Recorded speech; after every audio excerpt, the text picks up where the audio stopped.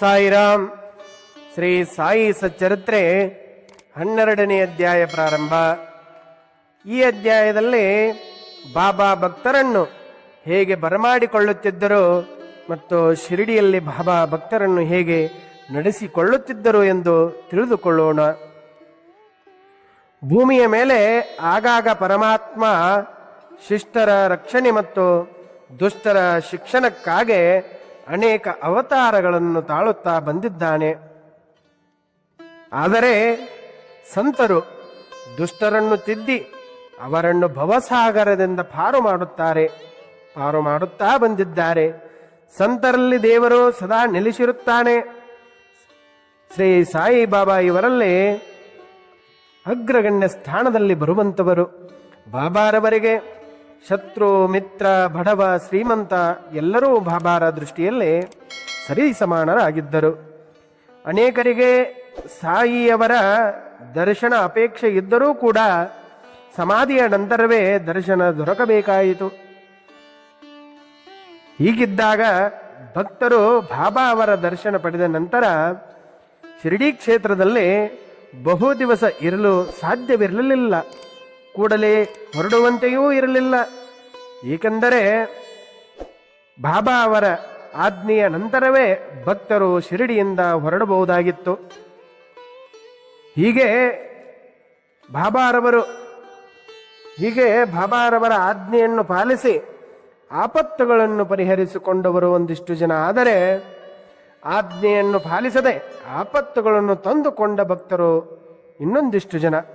ಅಂತಹ ಕೆಲವು ಪ್ರಸಂಗಗಳನ್ನು ನಾವು ಈಗ ನೋಡೋಣ. ಶ್ರೀ ಬಾಬಾರವರ ಭಕ್ತರಾದ ಕಾಕಾ ಮಹಜನಿಯವರು ಮುಂಬೈಯಿಂದ ಶಿರಡಿಗೆ ಶ್ರೀಕೃಷ್ಣ ಜನ್ಮಾಷ್ಟಮಿಯ ಸಮಾರಂಭಕ್ಕೆ ಹೊರಟು ಬರುತ್ತಿದ್ದರು. ಅವರು 1 ವಾರ ಶಿರಡಿಯಲ್ಲೇ ಇರಬೇಕೆಂದು ನಿರ್ಧಾರ ಮಾಡಿದ್ದರು. ಕಾಕಾ ಮಹಜನಿ ಶಿರಡಿಯ ಮಸೀದಿಗೆ ಹೋಗಿ ಬಾಬಾ ಅವರ ದರ್ಶನ ಪಡೆದರು. ದರ್ಶನ ಪಡೆದ ಸ್ವಲ್ಪ ಸಮಯದಲ್ಲೇ ಬಾಬಾ ಕಾಕಾ ಮಹಜನಿಗೆ ಕೇಳುತ್ತಾರೆ, ನೀನು ಯಾವಾಗ ಇಲ್ಲಿಂದ ಹೊರಡುವೆ, ನೀನು ಯಾವಾಗ ಶಿರಡಿಯಿಂದ ಹೊರಡುವೆ ಎಂದು ಬಾಬಾ ಮಹಾಜನಿಗೆ ಕೇಳಿದಾಗ ಮಹಾಜನಿಯವರು ಹೇಳುತ್ತಾರೆ, ತಾವು ಯಾವಾಗ ಅಪ್ಪಣೆ ಕೊಡುತ್ತೀರೋ ಆವಾಗ ನಾನು ಹೊರಡುತ್ತೇನೆ ಎಂದು ಆ ಮಹಾಜನಿಯವರು ಬಾಬಾಗೆ ಹೇಳಿದಾಗ ಬಾಬಾ ಹೇಳುತ್ತಾರೆ, ಹಾಗಾದರೆ ನಾಳೆ ನೀನು ಹೊರಟು ಹೋಗು ಎಂದು ಹೇಳಿದರು. ಬಾಬಾ ಅವರ ಆಜ್ಞೆ ಹೇಗಿತ್ತೆಂದರೆ, ಮಸೀದಿಯಲ್ಲಿ ಬಾಬಾ ಅವರ ಆಜ್ಞೆ ಎಂದರೆ ಸುಗ್ರೀವನ ಶಾಸನದಂತೆ ಎಲ್ಲರೂ ಪಾಲಿಸಲೇಬೇಕಾಗಿತ್ತು. ಕಾಕಾ ಅವರು ಇದೇ ರೀತಿ ಮರುದಿನ ಮುಂಬಯಿಗೆ ವಾಪಸ್ಸಾದರು. ಅವರು ಕಚೇರಿ ತಲುಪಿದಾಗ ಅವರ ಮಾಲೀಕ ಅವರು ಬರುವುದನ್ನೇ ಕಾಯುತ್ತಿದ್ದ.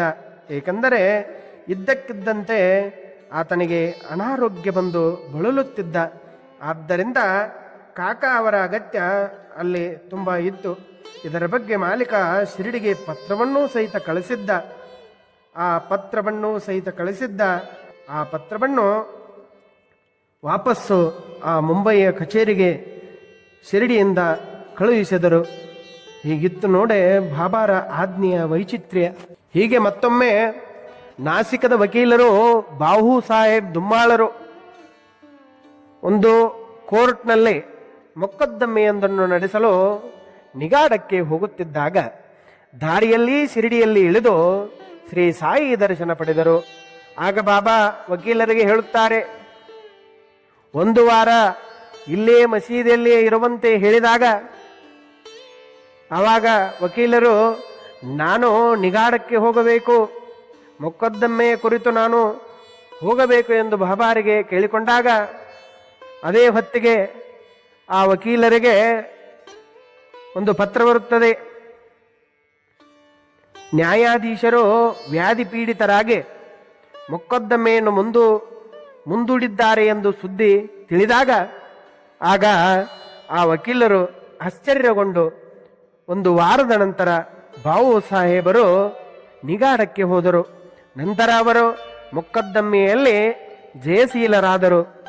ಹೀಗೆ ಅವರು ಬಾಬಾರನ್ನು ನೆನೆಸಿಕೊಂಡರು. ಬಾಬಾ ನನ್ನನ್ನು ಒಂದು ವಾರ ಅಲ್ಲಿ ಇರಿಸಿಕೊಂಡು ನನ್ನನ್ನು ಆಶೀರ್ವದಿಸಿದರಿಂದ ನಾನು ಜಯಶೀಲನಾದೆ ಎಂದು ಅವರು ಸಂತೃಪ್ತಪಟ್ಟರು. ಹೀಗೆ ಮತ್ತೊಮ್ಮೆ ಸದಾಚಾರ ಸಂಪನ್ನರು, ಜ್ಯೋತಿಷ್ಯ ವೇದ ಪಾರಂಗದರು ಆದ ನಾಸಿಕ್ನ ಮೂಲೆ ಶಾಸ್ತ್ರಿ ಎಂಬ ಸಾಂಪ್ರದಾಯಿಕ ಅಗ್ನಿಹೋತ್ರಿ ಬ್ರಾಹ್ಮಣರು ಒಮ್ಮೆ ಶಿರಡಿಗೆ ನಾಗ್ಪುರದ ಪ್ರಸಿದ್ಧ ಕೋಟ್ಯಾಧಿಪತಿಯಾದ ಶ್ರೀ ಬಾಪು ಸಾಹೇಬ್ ಬೂಟಿಯವರನ್ನು ನೋಡಲು ಬಂದರು. ಅವರನ್ನು ನೋಡಿದ ನಂತರ ಬಾಬಾ ಅವರ ದರ್ಶನ ಪಡೆಯಲು ಮಸೀದಿಗೆ ಬಂದರು.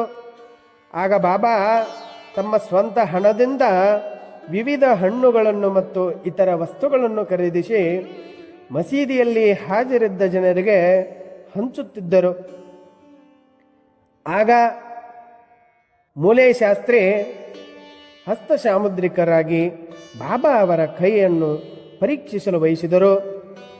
ಕೈ ಚಾಚುವಂತೆ ಬಾಬಾರನ್ನು ಕೇಳಿಕೊಂಡರು. ಆದರೆ ಬಾಬಾ ಅವರ ವಿನಂತಿಯನ್ನು ನಿರ್ಲಕ್ಷಿಸಿ ಅವರಿಗೆ 4 ಬಾಳೆಹಣ್ಣನ್ನು ನೀಡಿದರು. ಆಗ ಅವರು ಆ ಮೂಲೆ ಶಾಸ್ತ್ರಿಯವರು ಅಲ್ಲಿರುವ ವಾಡಾಗೆ ಹಿಂತಿರುಗಿ ಸ್ನಾನವನ್ನು ಮಾಡಿ ಪವಿತ್ರ ಬಟ್ಟೆಯನ್ನು ಧರಿಸಿ ಅಗ್ನಿಹೋತ್ರ ಇತ್ಯಾದಿ ದಿನನಿತ್ಯದ ಕರ್ಮಗಳನ್ನು ಮುಗಿಸಿ ಬಾಬಾರ ದರ್ಶನಕ್ಕೆ ಹೊರಟರು. ಆಗ ಬಾಬಾರವರ ಮಧ್ಯಾಹ್ನ ಆರತಿಗೆ ಸಿದ್ಧತೆ ನಡೆದಿತ್ತು. ಬಾಬಾ ತಮ್ಮ ಆಸನದಲ್ಲಿ ಕುಳಿತರು. ಆಗ ಭಕ್ತರು ಬಾಬಾರನ್ನು ಪೂಜಿಸಿ ಆರತಿ ಪ್ರಾರಂಭಿಸಿದರು. ನಂತರ ಬಾಬಾ ಹೇಳಿದರು, ನಾಸಿಕನ ಬ್ರಾಹ್ಮಣರಿಂದ ಸ್ವಲ್ಪ ದಕ್ಷಿಣೆಯನ್ನು ಪಡೆಯಿರಿ ಎಂದು ನಗರದ ಶ್ರೀಮಂತನಾದ ಬಾಪು ಸಾಹೇಬ್ ಬೂಟಿಯವರಿಗೆ ಹೇಳಿದಾಗ ಬೂಟಿಯವರು ದಕ್ಷಿಣೆಯನ್ನು ಪಡೆಯಲು ಆ ಮೂಲೆ ಶಾಸ್ತ್ರಿಯ ಬಳಿಗೆ ಹೋದರು. ಆದರೆ ಬಾಬಾ ಅವರ ಮಾತು ಕೇಳಿ ಮೂಲೆ ಶಾಸ್ತ್ರಿ ಬಹಳ ಗೊಂದಲಕ್ಕೊಳಗಾದ. ಅವರು ತಮ್ಮ ಮನಸ್ಸಿನಲ್ಲೇ ಹೀಗೆ ಯೋಚಿಸಿದರು, ನಾನು ಶುದ್ಧ ಅಗ್ನಿಹೋತ್ರಿ ಬ್ರಾಹ್ಮಣ, ನಾನು ದಕ್ಷಿಣೆಯನ್ನು ಏಕೆ ಕೊಡಬೇಕು? ಬಾಬಾ ಒಬ್ಬ ಮಹಾನ್ ಸಂತನಾಗಿರಬಹುದು, ಆದರೆ ನಾನು ಅವರ ಮೇಲೆ ಅವಲಂಬಿತನಾಗಿಲ್ಲ. ಆದರೂ ನನ್ನನ್ನು ಏಕೆ ದಕ್ಷಿಣೆ ಕೇಳುತ್ತಿದ್ದಾರೆ ಎಂದು ಯೋಚಿಸುತ್ತಾ, ಆದರೆ ಸಾಯಿ ಬಾಬಾರಂತಹ ಮಹಾನ್ ಸಂತರು ಬೂಟಿಯಂತಹ ಶ್ರೀಮಂತ ವ್ಯಕ್ತಿಯ ಕೋಟ್ಯಾಧಿಪತಿಯ ಮೂಲಕ ದಕ್ಷಿಣೆಯನ್ನು ಕೇಳುತ್ತಿದ್ದಾರೆಂದರೆ ಅವರನ್ನು ನಿರಾಕರಿಸಲು ಸಾಧ್ಯವಾಗಲಿಲ್ಲ. ಆದ್ದರಿಂದ ತಕ್ಷಣವೇ ಬೂಟಿಯೊಂದಿಗೆ ಮಸೀದಿಯ ಒಳಗೆ ಹೋಗಿ ಬಾಬಾರ ಮುಂದೆ ಕೈ ಜೋಡಿಸಿ ಹೂಗಳನ್ನು ಎಸೆದರು. ಆಗ ಇದ್ದಕ್ಕಿದ್ದಂತೆ ಅವರು ಆಸನದ ಮೇಲೆ ಬಾಬಾರನ್ನು ನೋಡಲಿಲ್ಲ. ಆದರೆ ಅಲ್ಲೇ ತಮ್ಮ ದಿವಂಗತ ಗುರು ಗೋಲಾಪಸ್ವಾಮಿಯನ್ನು ನೋಡಿದರು. ಅವರು ಆಶ್ಚರ್ಯಚಕಿತರಾದರು. ಇದು ಕನಸಾಗಿರಬಹುದೇ ಎಂದು ಯೋಚಿಸುತ್ತಾ ಕುಳಿತುಕೊಂಡರು. ಇಲ್ಲ, ಅದು ಕನಸಾಗಿರಲಿಲ್ಲ, ಏಕೆಂದರೆ ಅವರು ಸಂಪೂರ್ಣವಾಗಿ ಎಚ್ಚರಾಗಿದ್ದರು. ಆದರೆ ದಿವಂಗತ ಗುರು ಗೋಲಾಪಸ್ವಾಮಿ ಇಲ್ಲಿ ಹೇಗೆ ಇರಲು ಸಾಧ್ಯ ಎಂದು ಶಾಸ್ತ್ರಿಯವರು ಸ್ವಲ್ಪ ಸಮಯ ಏನು ತೋಚದ ಹಾಗೆ ನಿಂತುಕೊಂಡರು. ಎಲ್ಲ ಅನುಮಾನಗಳನ್ನು ಬಿಟ್ಟು ತಮ್ಮ ಗುರುಗಳ ಪಾದಗಳಿಗೆ ಬಿದ್ದು ನಮಸ್ಕರಿಸಿದರು. ನಂತರ ಕೈಗಳನ್ನು ಕಟ್ಟಿಕೊಂಡು ಆರತಿಯ ಆಗುವವರೆಗೂ ಅಲ್ಲಿ ಎದ್ದು ಇತರರು ಬಾಬಾರ ಆರತಿಯನ್ನು ಹಾಡಿದರು. ಆದರೆ ಮೂಲೆ ಶಾಸ್ತ್ರಿ ತಮ್ಮ ಗುರುಗಳ ಹೆಸರನ್ನು ಜಪಿಸಿದರು.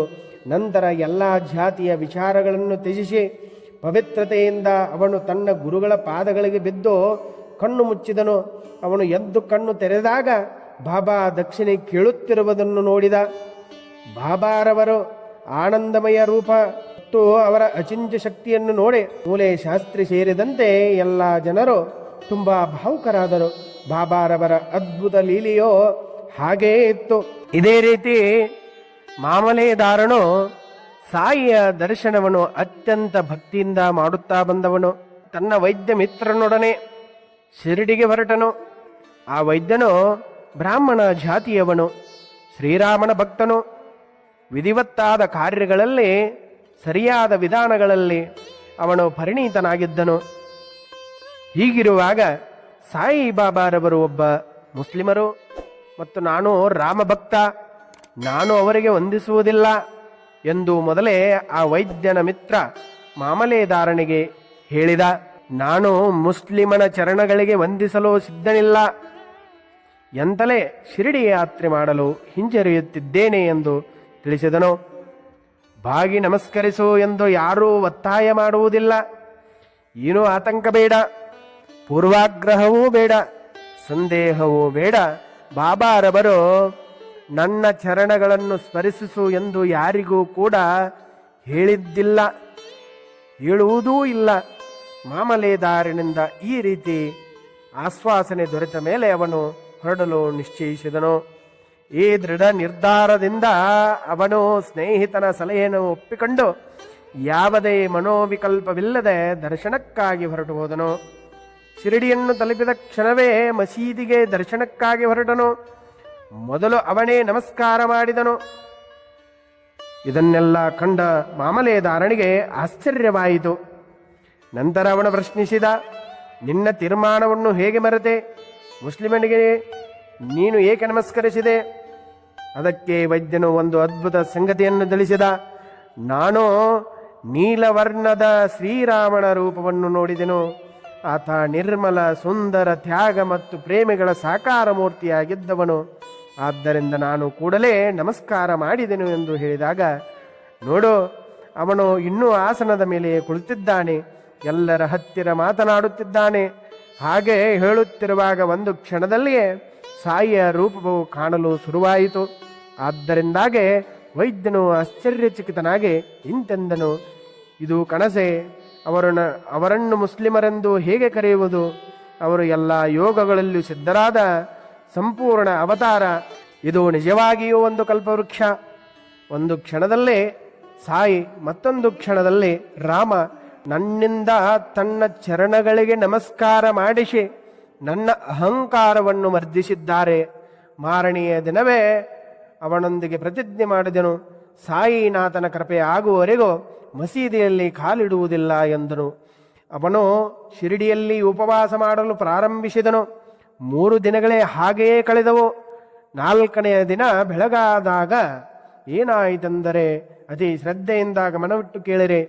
ಅನಿರೀಕ್ಷಿತವಾಗಿ ಅವನ ಸ್ನೇಹಿತನೊಬ್ಬ ಖಾಂದೇಶದಿಂದ ಸಾಯಿಯ ದರ್ಶನಕ್ಕಾಗಿ ಅಲ್ಲಿಗೆ ಬಂದನು. ಅವರು 9 ವರ್ಷಗಳ ನಂತರ ಭೇಟಿಯಾದರು. ಸಂತೋಷ ಮಿತಿಮೀರಿತ್ತು. ವೈದ್ಯನು ಸಹ ಮೈಮರೆತು ಅವನೊಂದಿಗೆ ಮಸೀದಿಯೊಳಗೆ ಹೋದನು. ಅಲ್ಲಿಗೆ ಹೋದ ಕೂಡಲೇ ಬಾಬಾರಿಗೆ ವಂದಿಸಿದನು. ಬಾಬಾ ಕೇಳಿದರು, ಓ ವೈದ್ಯನೇ, ಯಾರಾದರೂ ನಿನ್ನನ್ನು ಕರೆಯಲು ಬಂದಿದ್ದರೆ ನೀನೇಕೆ ಬಂದೆ ಹೇಳು ಎಂದಾಗ, ಈ ಚುಚ್ಚುವ ಪ್ರಶ್ನೆಯನ್ನು ಕೇಳುತ್ತಲೇ ವೈದ್ಯನು ಉನ್ಮತರಾದನು. ತನ್ನ ದೃಢ ನಿರ್ಧಾರವನ್ನು ನೆನಪಿಸಿಕೊಂಡು ಪಶ್ಚಾತ್ತಾಪಪಟ್ಟನು. ಆದರೂ ಅದೇ ರಾತ್ರಿಯಂದು ಮಧ್ಯರಾತ್ರಿಯಲ್ಲಿ ಅವನಿಗೆ ಅನುಗ್ರಹವಾಯಿತು.